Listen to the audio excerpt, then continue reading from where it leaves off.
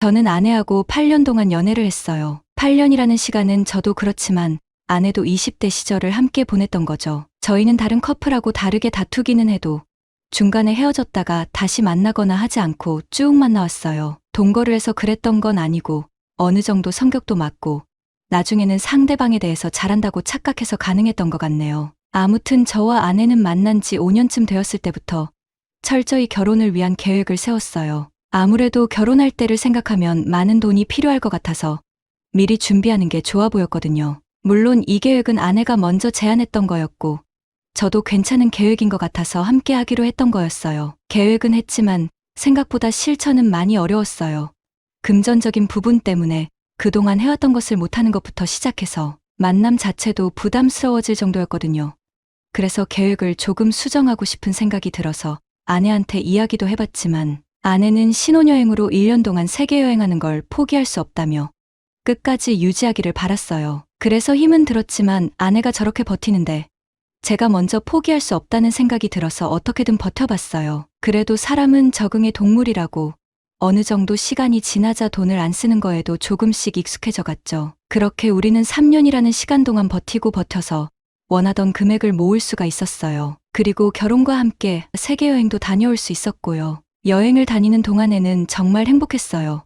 그동안 못 보았던 세상 구경을 실컷 하기도 했고 처음 먹어보는 음식도 정말 많았거든요. 좋은 추억만 가득 담아서 다시 한국으로 돌아왔을 때 우리는 이전에 계획했던 대로 다시 회사로 돌아가 열심히 일하기로 했지만 그러지를 못했어요.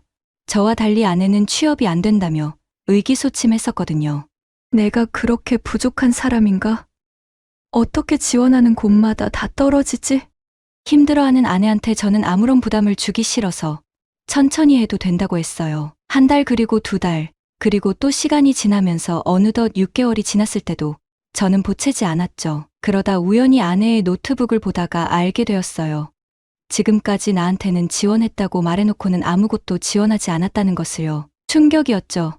대체 무슨 생각으로 아내가 이런 행동을 하는 건지 이해가 안 되었거든요. 분명 거짓말한 건 아내였는데 모든 사실이 들통났음에도 저한테는 사과 한마디를 하지 않았어요. 오히려 저보고 기분 나쁜 일이냐고 저한테 되물어보더라고요. 황당했어요. 저는 맞벌이 하기로 계획을 했던 거니까 약속을 지키지 못한 건 자기지 않냐고 했는데도 아내는 지금 당장 자신이 일을 하지 않는다고 해서 지장이 있는 것도 아닌데 저한테 왜 그러냐고 했어요. 그때 깨달았죠. 아내는 더 이상 일을 하고 싶지 않다는 것을요. 아내가 직접 저한테 얘기하기도 했어요. 이제는 회사 그만 다니고 집안일만 하고 싶다고요. 당장 오빠만 돈 번다고 너무 억울해하지 마. 그 대신 내가 집안일 다 하면 오빠는 회사 일만 신경 쓰면 되잖아. 넉넉한 형편은 아니었지만 오죽 회사를 다니기 싫으면 저럴까 싶어서 알겠다고 했어요. 어차피 집안일은 아내가 해준다고 하니까 서로 힘든 건 마찬가지라고 생각했거든요. 하지만 아내는 말만 그럴 뿐이었어요. 집안일을 해준다고 해서 저는 그동안 제가 해왔던 빨래나 설거지를 안 해놓았더니 뭐라고 했기 때문이었죠. 이해가 안 됐어요.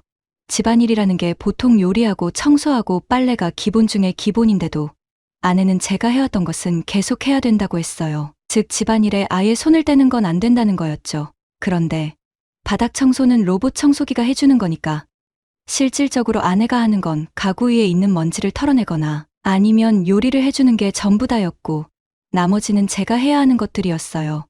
심지어 빨래도 세탁기가 해주고 건조기가 말려주면은 마지막 제일 귀찮은 빨래 개기를 제가 해야 했던 거였죠. 이게 맞나 싶었어요.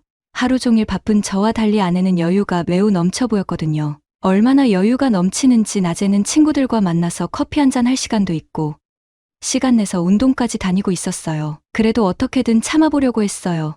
다른 사람도 아니고 이제는 제 아내니까 어떻게든 나쁜 감정 안 생기려고 애도 써봤는데도 그게 안 됐어요. 더 이상 기분이 더 안 좋아지기 전에 아내한테 말했어요. 아무리 봐도 결혼해서 편해지고 행복한 사람은 자기밖에 없는 것 같다고요. 내 친구들도 다 이렇게 살아. 내 친구 지연이 알지? 걔는 남편이 요리까지 해준대. 그런데 내가 오빠한테 요리해달라고 한 적 있어? 없잖아.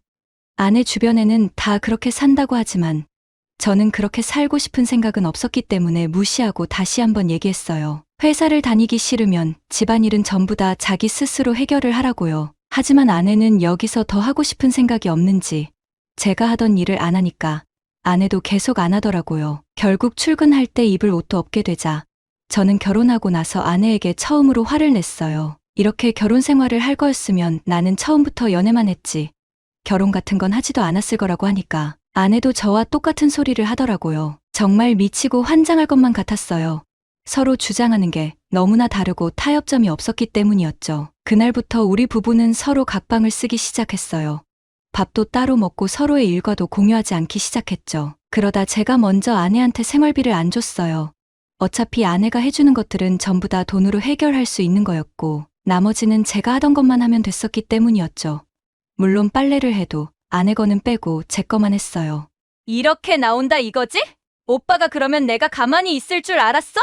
아내가 화를 냈긴 했지만 저는 아내가 할 수 있는 게 아무것도 없을 거라고 생각했어요. 그러나 한 달 뒤에 받은 공과금을 확인한 순간 아내가 무슨 짓을 했는지를 알 수가 있었죠. 제가 출근하고 나면 아내는 곧바로 에어컨과 보일러를 켜놓은 채 외출을 해버렸던 거였어요. 덕분에 어마어마한 공과금을 내게 되었고 저는 더욱더 아내를 이해할 수 없게 되었어요. 그날부터 전 집에도 들어가기 싫었어요. 애초에 대화도 많이 줄기는 했지만 이제는 같은 공간에 있기도 싫었거든요. 친구들하고 매일같이 시간을 보내도 저는 여전히 스트레스로 가득했어요.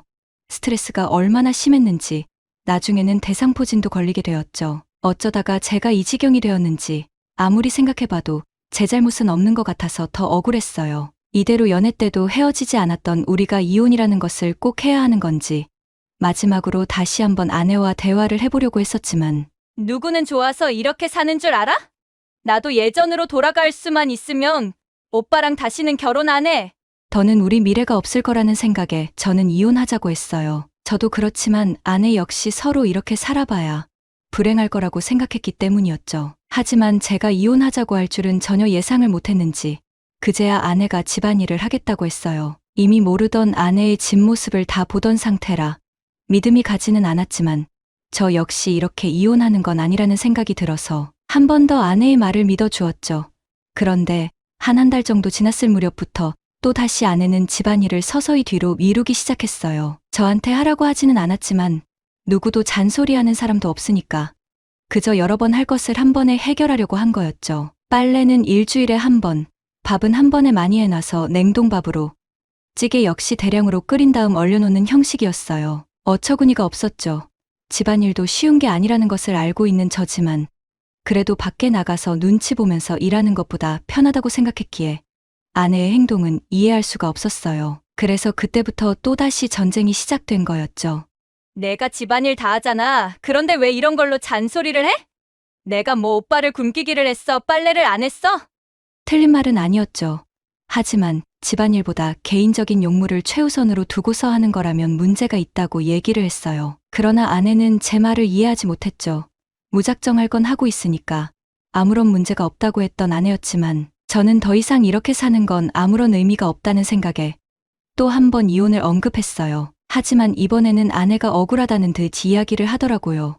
아무런 문제가 없는데 제가 계속 문제를 만든다고요. 그러니 이혼을 하고 싶으면 집 전세금을 빼서 위자료로 달라고 했어요. 집 보증금 같은 경우는 우리가 결혼할 때 저희 집에서 받은 돈으로 해결했던 돈이라서 저는 그럴 수가 없다고 했어요. 우선적으로 제 돈도 아니라고 생각했고 또한 제 잘못이 없는데 왜 돈을 줘야 하는 건지 이해를 못했거든요. 그런데 워낙 당당하게 위자료를 요구하다 보니까 저도 모르게 어버버거렸던 거였죠. 아무튼 저는 아내한테 줄 돈은 한 푼도 없다고 얘기를 했어요. 그저 돈 관련 부분은 서로 터치하지 않고 끝내기를 바랐는데 아내는 무조건 받아야 한다고 하더군요. 대체 뭘 한 게 있길래 무조건 달라고 하는 건지 이해가 안 됐죠.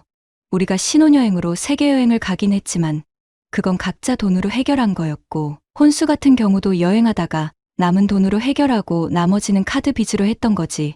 아내가 따로 결혼하고 나서 돈을 보탠 건 없었거든요. 이혼하고 싶은 건 오빠라며. 나는 이혼하기 싫어서 오빠가 하라는 대로 다 했는데 오빠는 대체 뭘 했다고 무작정 이혼만 하자고 그래? 나는 오빠가 이혼하자고 하면 해야 해. 더 이상 아내의 말은 귀에 들어오지 않았어요. 이제는 저하고는 너무나 안 맞는 사람이라는 것을 알았거든요. 저는 그날 밤 곧바로 집을 나와 회사 근처에 머물 곳을 마련하고 변호사를 선임하여 이혼 준비를 하려고 했지만 생각보다 제 마음대로 이혼하기는 힘들었어요. 우선적으로 이혼 사유에 해당이 되는 게 있어야 이혼이 가능한데 한 번에 하기는 했어도 아내가 집안일은 한 건 분명하기 때문에 사유가 될 수 없다고 했거든요. 일을 어떻게 해야 할지 한참을 고민하다가 더 시간을 낭비하기 전에 아내한테 2천만 원의 합의 이혼을 하자고 해봤어요. 돈이 아깝기는 하지만 어쩔 수 없는 부분이라고 생각하고 말했던 거였죠. 하지만 아내는 무조건 전세금을 달라고만 했어요. 결국 합의는 물 건너갔고 저는 이대로 버티다가 전세 계약이 만료되는 시점에 재계약을 하지 않을 생각만 했었죠. 그런데 어느 날 집주인이 사정이 생겼다며 저한테 방을 빼줄 수가 있냐고 물어봤어요. 제 입장에서는 좋은 기회라는 생각으로 빼줄 수 있다고 답변한 뒤 아내가 휴가로 친구들과 놀러 갔을 때 집에 가서 모든 짐을 옮겨버렸죠. 물론 집에 돌아온 아내가 난리를 치긴 했지만 아무것도 없는 집에서 계속 있을 수 없다는 생각이 들었는지 친정으로 가더라고요. 저는 그때 다시 한번 집주인에게 연락해서 빠른 시일 내로 이사를 하게끔 했어요. 그렇게 묶여있던 전세금을 확보한 뒤 저는 아내한테 2천만 원에 합의할 생각이 없으면 계속 이대로 살던가 아니면 너도 일해서 돈 모아가지고 다시 이사를 가자고 했죠. 2천만 원은 너무 적잖아. 그동안 모은 돈으로 여행 가고 혼수 산 거 오빠도 뻔히 알면서 내가 그 돈으로 뭐 해먹고 살라고 그 돈만 준다고 그래? 돈을 더 달라고 하는 아내였지만 저는 외면했어요. 그렇게 한두 달 지나다가 아내도 더 이상 돈 없이 지낼 수는 없다고 생각했는지 저한테 2천만 원이라도 달라고 하길래 저는 원하던 이혼을 할 수가 있었죠. 그래도 해방감보다는 앞으로 어떻게 해야 할지 앞이 캄캄하기만 했어요. 오랫동안 만나왔던 여자도 이러는데 앞으로 사람을 어떻게 믿어야 할지 제 스스로도 겁이 났거든요. 주변 지인들은 모두 다 그런 사람들은 아니니까 다시 새 출발하면 된다고 저를 응원해줬지만 알면서도 새로운 사람을 만나는 건 많이 어렵네요. 그래서 저는 아직도 혼자로 지내고 있는 중이에요. 연애라도 해볼까 생각을 하다가도 나이가 있는데 괜히 상대방에게 피해만 끼치는 게 아닌가라는 생각 때문에 망설여지게 되네요. 결혼도 답답했는데 지금도 답답한 걸 보니까 어디서부터 제 인생이 잘못된 건지 요즘에는 이 생각으로 하루를 그냥 보내는 것 같아요.